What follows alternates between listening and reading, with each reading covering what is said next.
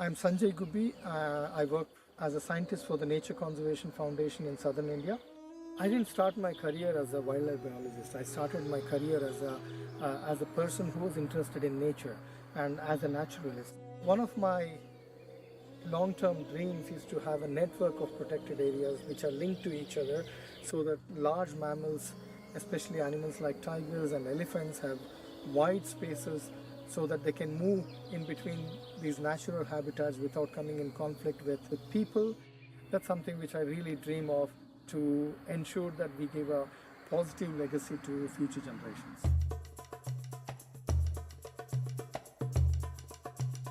When I started monitoring tigers and leopards and other wildlife in this landscape, we also saw that there was degradation of forest in certain areas, especially in and around the corridors, which were close to human habitations.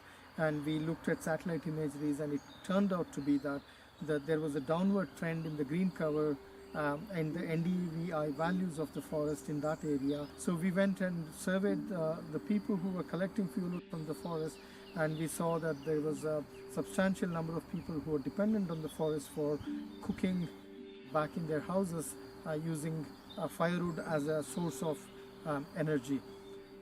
Then there were also some proportion of the people who were using fuel wood as a livelihood option.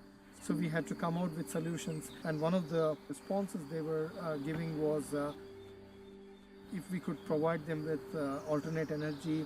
And one of the widely used and more easily available was the liquefied petroleum gas, which is shortly called as LPG, the gas connection.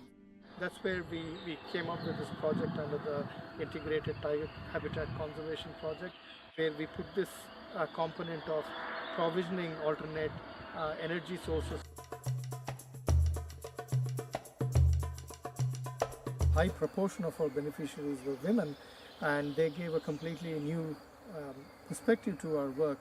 While we thought it's going to help only wildlife conservation, they also said that now they're able to work and send their children to school on time because they're able to cook food faster and on time. So that was a huge surprise for me when I saw that it had such a benefit on children's education.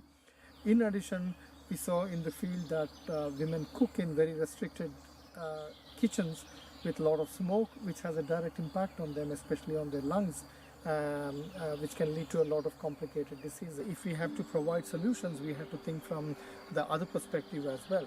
We had to come out with a societal answer to the problem. That's where ITHCP came into picture, where we requested for support of developmental funding for tiger conservation. It has to go hand in hand. It cannot be looked at as only one monitoring. Today, India has changed drastically from an economic perspective. Our vehicular density is increasing between 10 to 12% annually. Road density is phenomenally growing, which is a lot of it is also cutting through wildlife areas.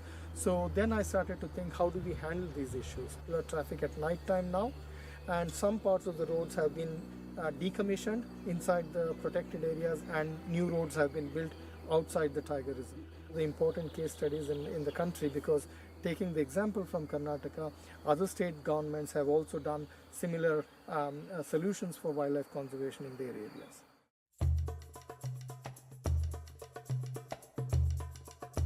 We do conservation activities at local scales most of the times, but these kind of models needs to be scaled up, and this is what I was very lucky to have support to scale up our work under the ITHCP, and thankful to the German government, to KfW and the German cooperation Zusammenarbeit for this kind of support we are getting, where we can actually look at how we could develop our local activity into a large-scale landscape work, but also which is replicable across to a lot of other areas.